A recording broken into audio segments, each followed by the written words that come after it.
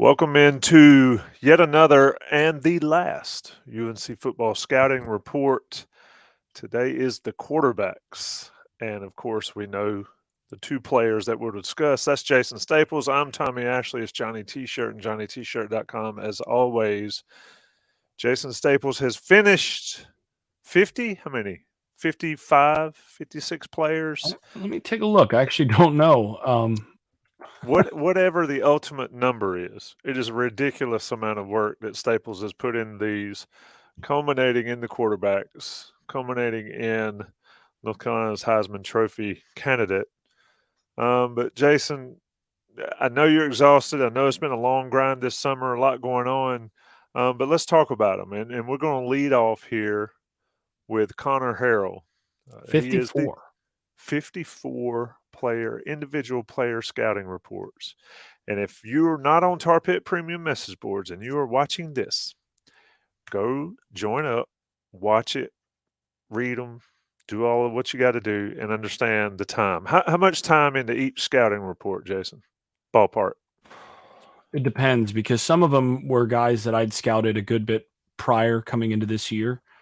So then it's just a matter of going back through and taking a look to, okay, how much has changed? And in some cases that's not that much, but I'm still going through and spending the time just watching different things and trying to pull up representative clips. That's actually one of the things that takes the longest at this stage is, okay, I want to find representative clips for each player to be able to show, okay, here's something that you can kind of see that gives you an indication of what this guy brings to the table, good and bad.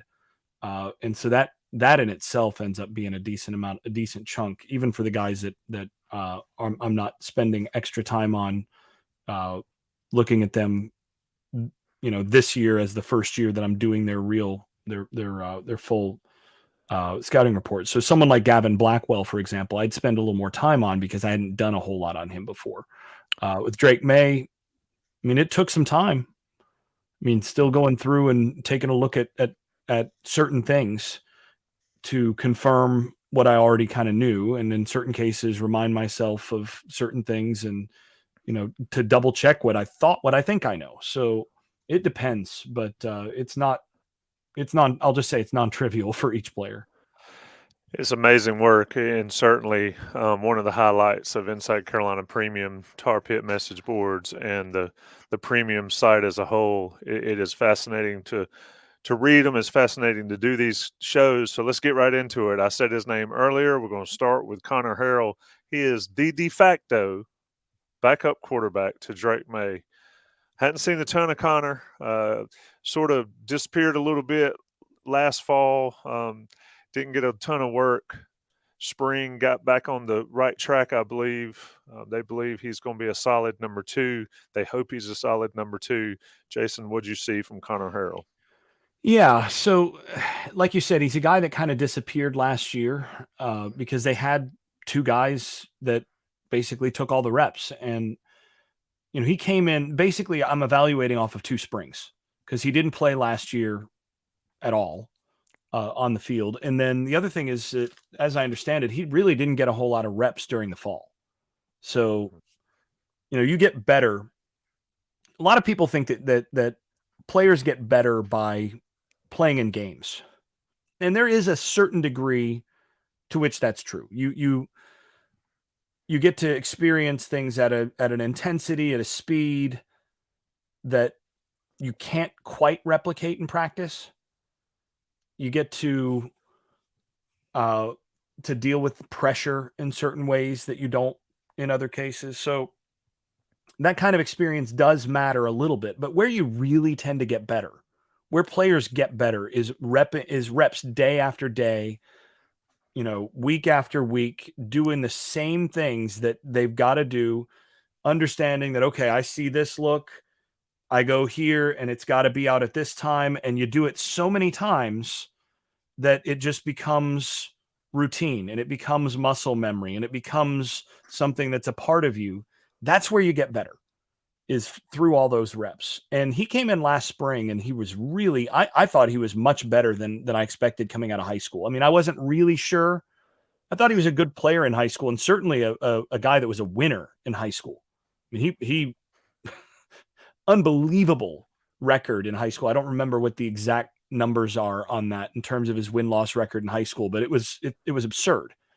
And it wasn't just, I mean, he played it at one of the better high schools in that state, but it wasn't just that. It was, he also was a big reason for that. And so you knew you were getting a good player, but when he came in last spring, he was much more impressive than I thought he'd be. Just grasped the offense much more quickly, and he looked like a guy who'd been in the system a couple of years already by the spring game last year. And then he basically sat on the shelf and did some scout team stuff and took very few real reps last fall, and then basically was starting from scratch again this spring. And I thought there were some times, I got to see him in the open practice and look at what he's trying to do pretty closely. Look at how he looked. And I thought there were times where he didn't look as sharp as he did last year in spring. There were times where, he was still, I think if anything, he might have started not from scratch this spring, but actually a little bit behind because he had just not gotten enough reps to really stay sharp. And so he had a little bit of work to do. And then by the spring game, you could start to see starting to get a little bit more comfortable again. But he's a guy that's going to need a good summer and really need to settle in with all the reps that he's going to get in camp. And they're going to give him a ton of practice reps this season because they know Drake May, who we're going to talk about in a second, he's pretty good. They know that, that guy doesn't, it's not that he doesn't need reps, but it's not a thing where, if he doesn't get every practice rep, then they're in trouble. No, Drake can, they can afford to give the backup a few additional practice reps to make sure that he's ready to roll this season because you got Drake May. And so now that's what he's going to be benefiting from this year. And I think you could already see a little bit of that as he grew a little bit during this spring. But the things that stick out about him, first of all, super smart, very, very smart guy. Wasn't he I think he was the valedictorian of his high school class. Yep, valedictorian of his high school class, honor society, Mu Alpha Theta, math honor society.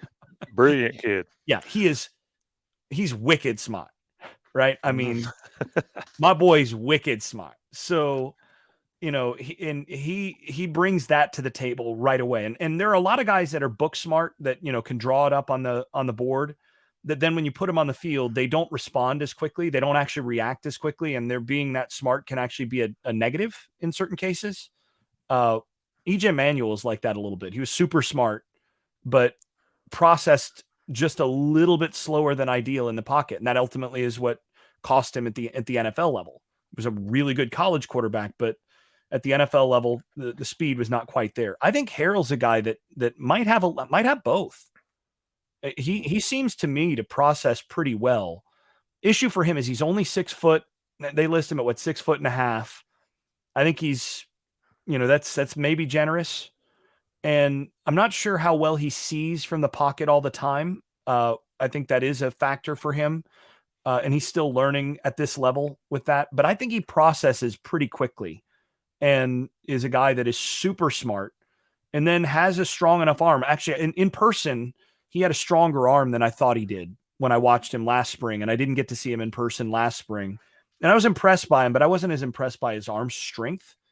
And I thought in person, he had a stronger arm than I'd realized. He's got a strong arm and a strong enough arm to make all the throws in Carolina's offense. And they throw everything. So he can do that. Compact motion, certain things about his motion. I mean, his throwing mechanics aren't ideal to me. I mean, there is a little push to his motion that I'd like to see him snap it off just a little bit more than push it. That's a factor, but he gets it. The delivery is so quick, and he's got good hand talent and can change the speed of the ball to different levels and all that. He's got a lot of the tools that you want. And then finally, a good athlete. I think he's a sub 4.6 type guy. I mean, things break down and he can make plays with his feet. So a lot to work with there. The biggest things for me that he needs to really demonstrate at this point is he needs to show that he can protect the football consistently in this offense. And then secondly, I thought he struggled throwing the deep ball and throwing verticals in this spring. There were times where it looked to me that he was throwing to spots rather than throwing to where the receiver, like rather than seeing where the receiver was relative to coverage and throwing it to where he was going to be. He was dropping back and just chucking it to a spot and hoping that the receiver would be there. And that's not ideal. And that's something that he, just kind of throwing it out there. That's not ideal for what you want. He needs to settle in terms of getting some comfort in terms of what they want to do with some of the vertical stuff that they're doing in this offense, and show that he can drive that down the field on some of those bucket throws and the fades and the back shoulder things. If he can show that he can do that while protecting the football and just generally becoming a consistent quarterback that they can rely on, then he's in position to at least compete for, if not be the prohibitive favorite to be the starter going into next year. Yeah, just for in case folks have forgotten, and like we said, a couple things. Harold spent most of last year, if not all of last year, on the scout team, and that's a big difference than getting second team reps like he'll get this year. But in high school, he threw for 6,100 yards, 81 touchdowns, 6 interceptions in 2 years. That's absurd. And he was 24-1. They say 24-1, but then they say led him to 13-1 and 14-0. So anyway, kid's a winner. Kid's certainly a guy. Now, that high school team he played on was stacked, but you need somebody to drive the bus, and he was able to drive it and be very successful. And I think they believe in him. Now, it'll be interesting when Drake moves on. There's probably some portal shopping there. And they have to. They have to, just because of the number of bodies on the roster. Yeah, and so they'll, you got Merdinger coming in, and then you got, Bryce Baker a year after that. Harold's a guy that, great student, wants to get an education and all that stuff, but he's going to have to perform on the field. To get on the field, that's going to be the key for me to watch this year, Jason, before I move on to Drake, is Harold has to be able to play. You said you have to get some game reps. You need those practice reps. He needs game reps. How will they work him into the mix during this season? The schedule doesn't have the cupcakes early to be able to do that. So they're going to have to force feed Harold game reps, I think, as the season goes on, because they got to know what they got. You don't want to go into 2024 totally unknown, and then that portal deal becomes a major factor. Anyway, This is one of the reasons, by the way, Greg Barnes did a piece a couple weeks ago now, I think it is, where he talked about if Carolina wants to be a championship team, then they're going to have to up the margin of victory. Yeah. Right. Last year, they had 6 wins that were by 1 score or less. I think it was 6-3 in 1-score games. Yeah, that's unsustainable, right? You can't play 9 1-score games. You just can't. Yeah. And one of the other reasons that that's so important is not just in terms of your margin for error, because the reason you're 6-3 instead of 3-6 in those games is because you got Drake May. When you have the elite quarterback, that's a pretty good tiebreaker, right?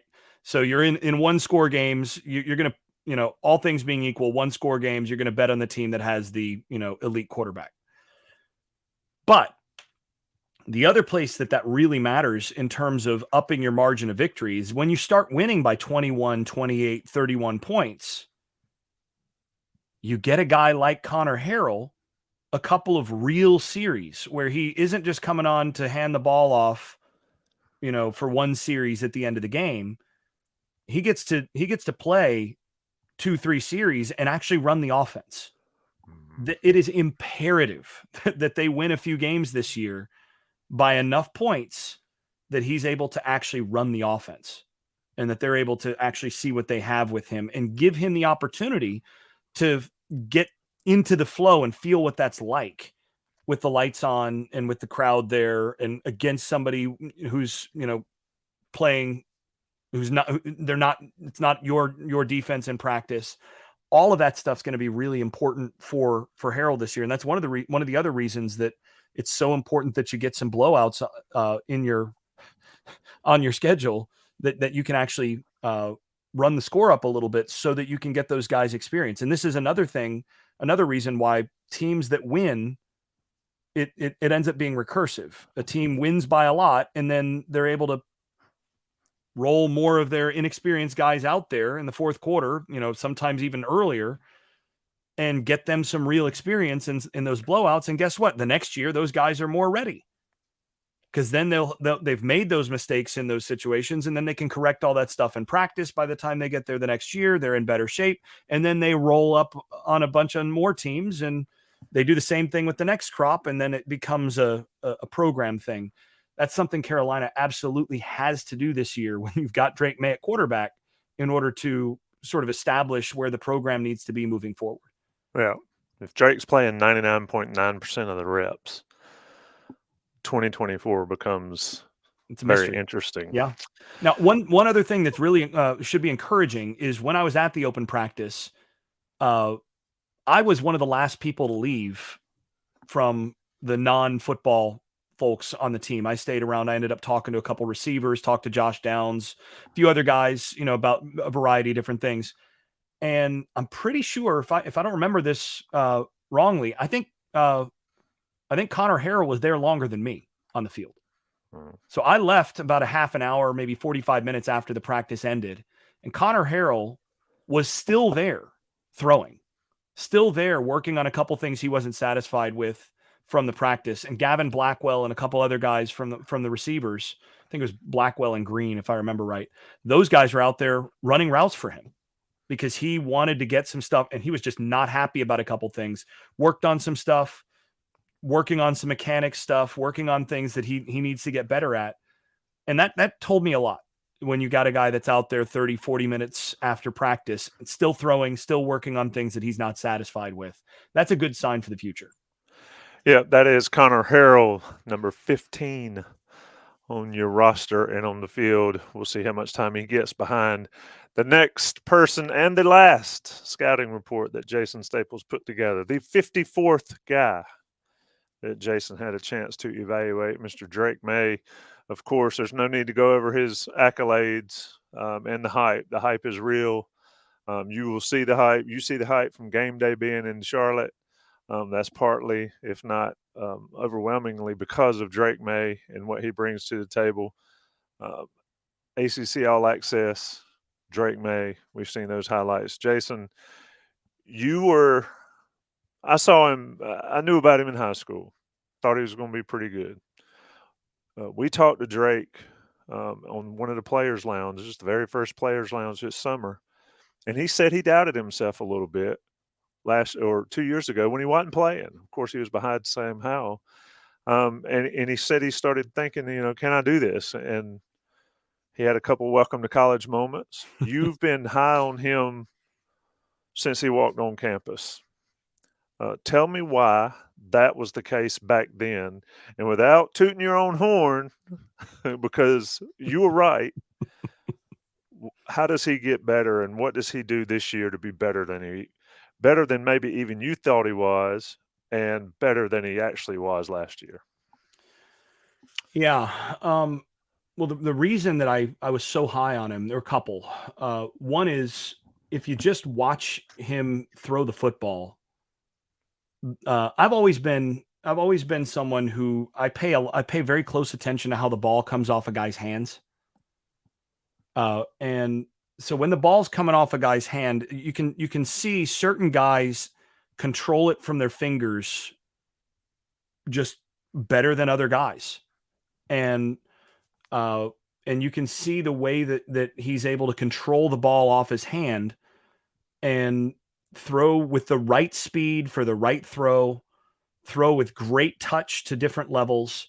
And then the other thing is, when I watched him throw, I've got certain bellwether throws that I judge quarterbacks on.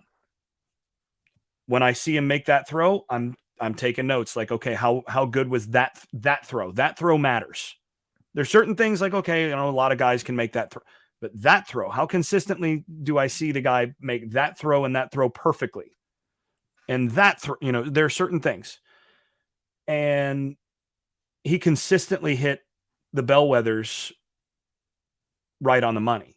It's like, okay, so all the hand talent, all the arm stuff is there.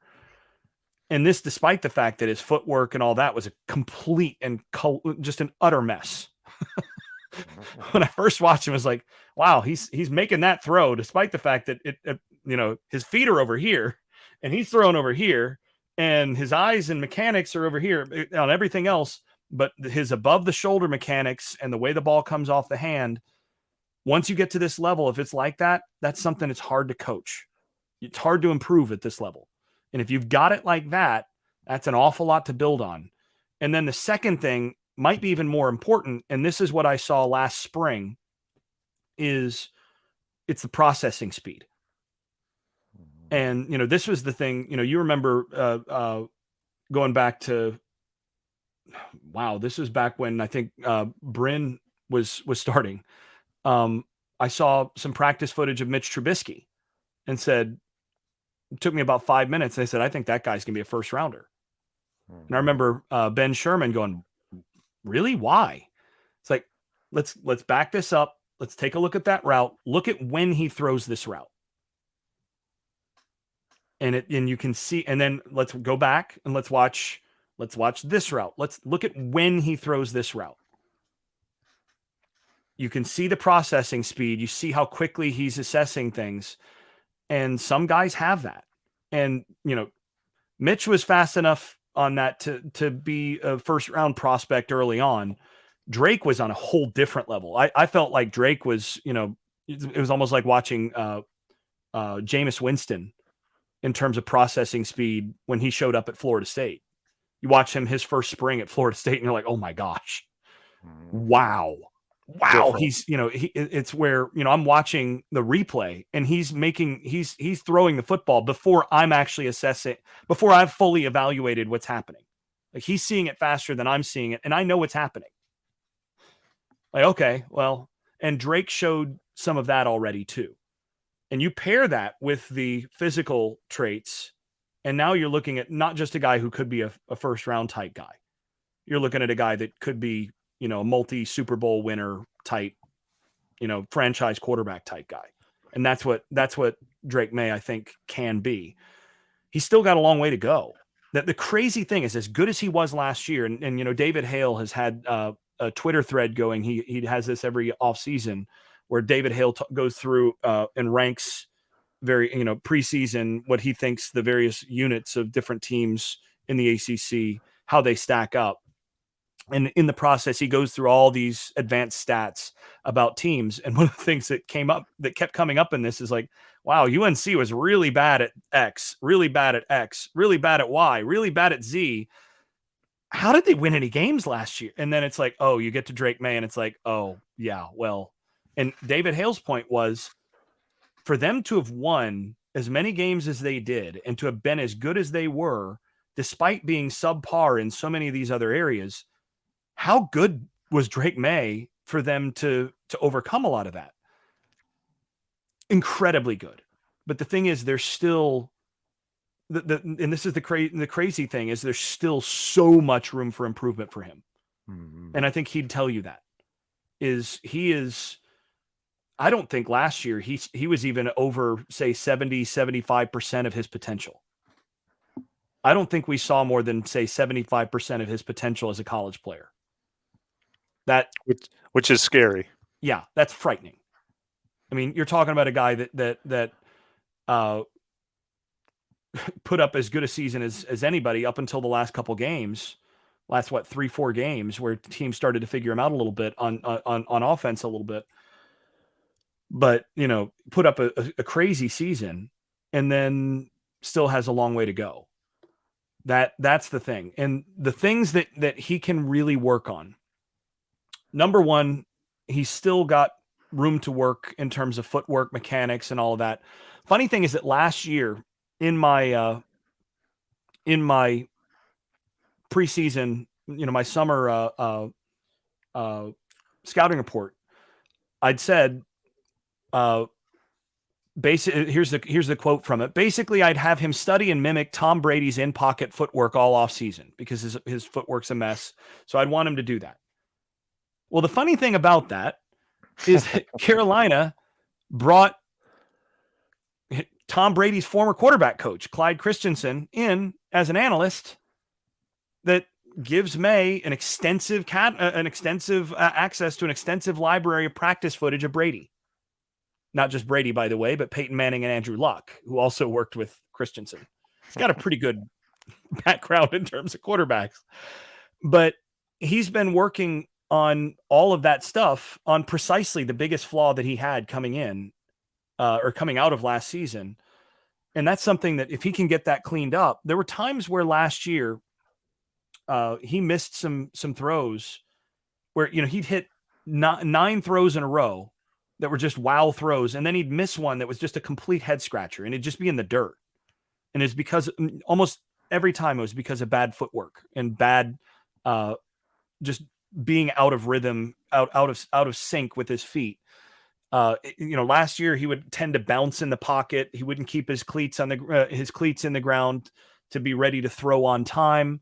And his feet would get disconnected from his eyes and his read progression at times. So there would be times where his read progression would have him going off to the right, but his feet would still be off to the left and he'd be bouncing with, no feet on the ground. And he'd already be starting his wind up for the throw. And he'd have like one cleat on the ground. And the crazy thing is he'd still complete those half the time, but that's just not a sustainable way to continue to play quarterback.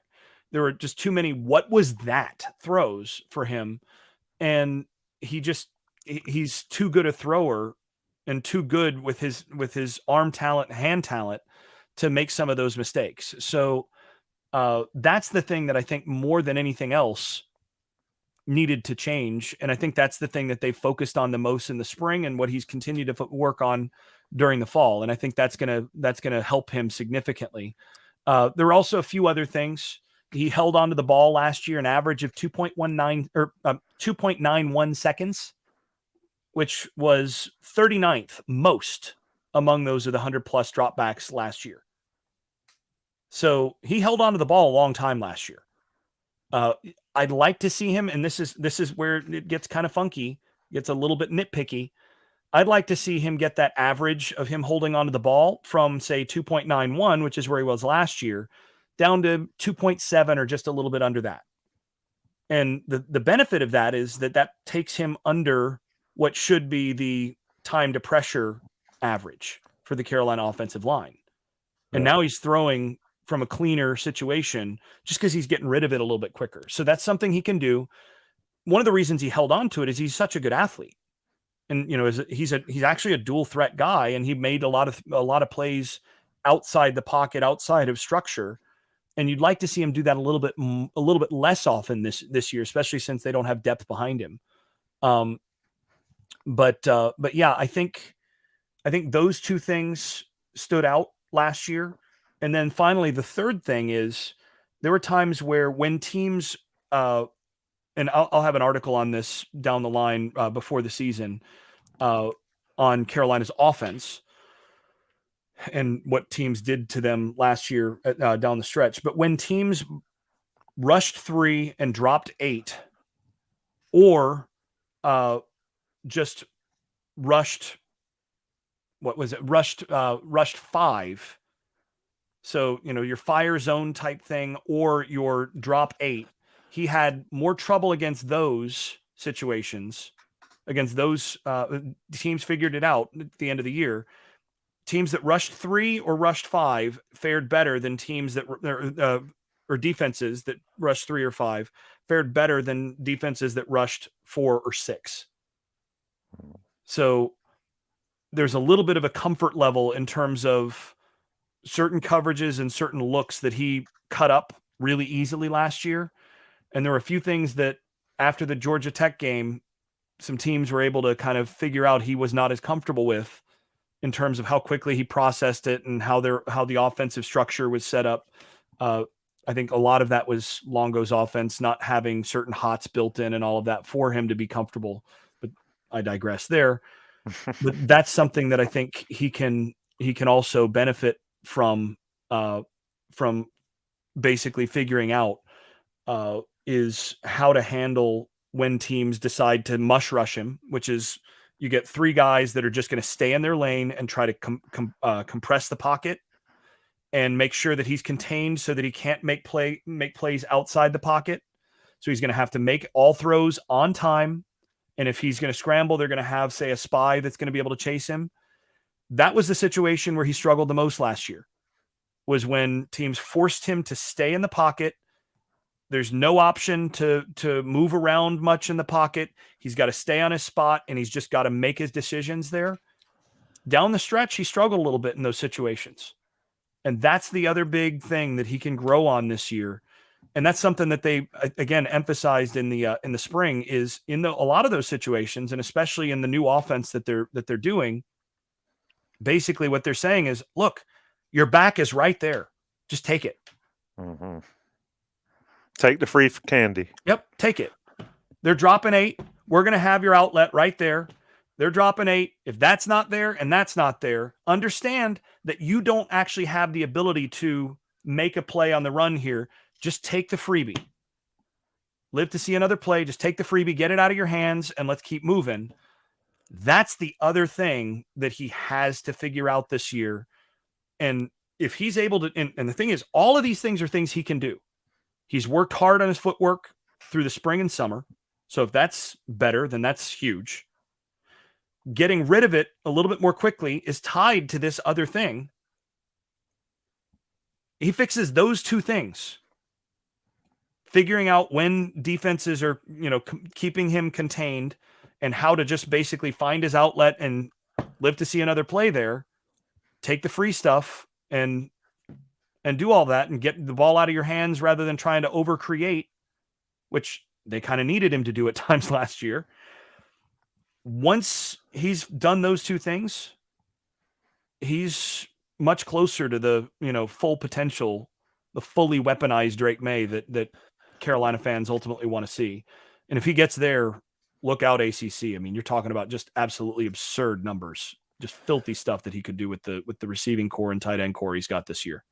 Yeah, the one thing about him, he's so competitive. He wants to make the play. And to your point, it's almost like the free stuff was too easy. I want to do something bigger. And another remark that he made, and Mac has talked about it in press conferences, when Longo was gone, he said, I want to have somebody that can teach me. And Lindsey can teach, and certainly Clyde Christensen can teach.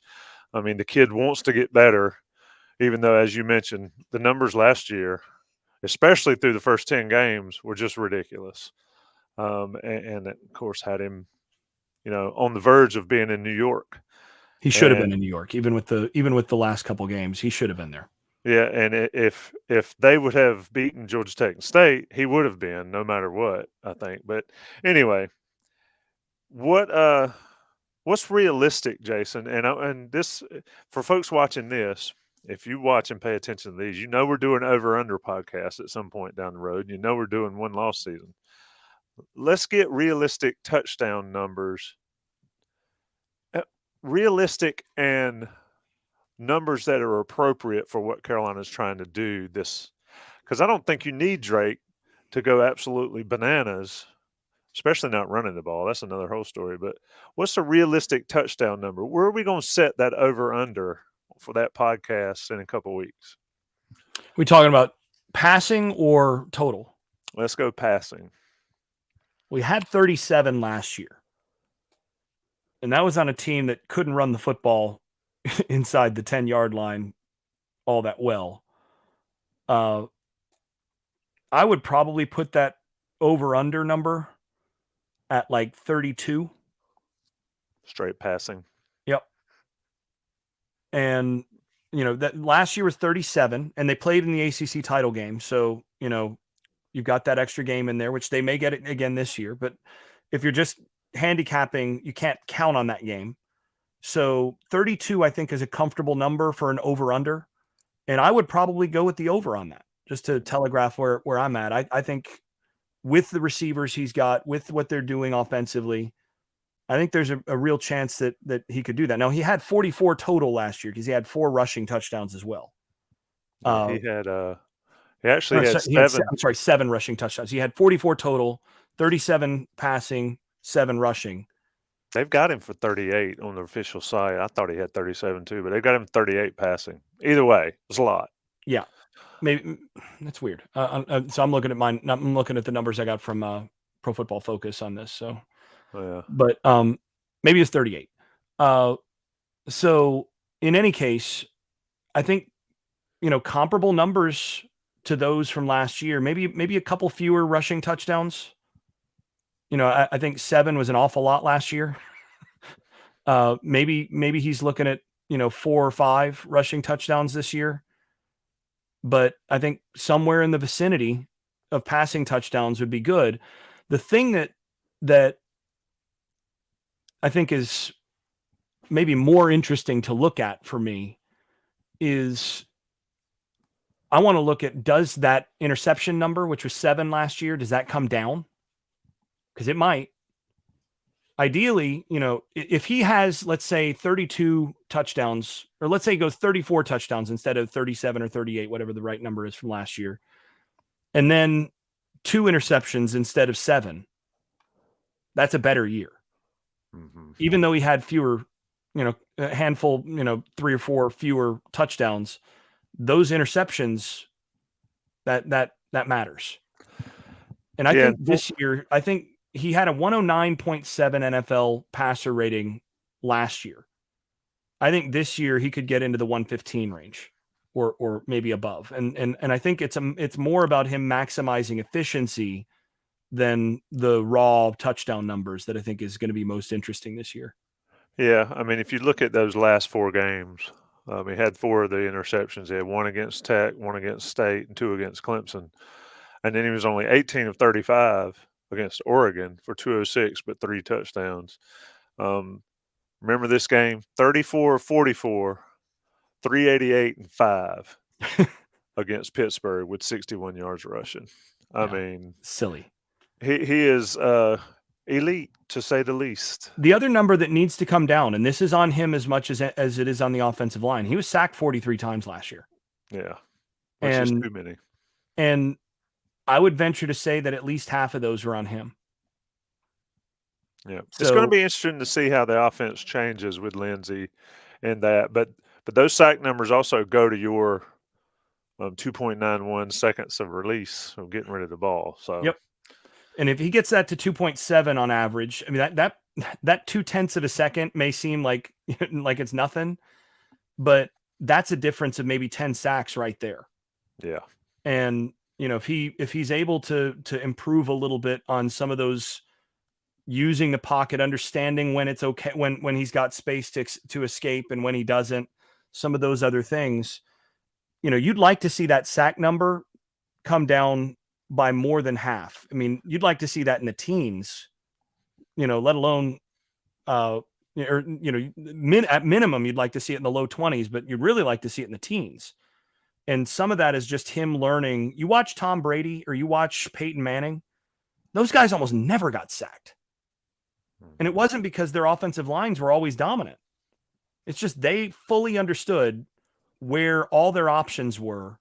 And they understood, okay, defense is doing this. Neither of them could escape worth anything. They couldn't run at all. So but they knew where to go with it or to get rid of it. Yep. But they knew, okay, they're bringing one more than we can block.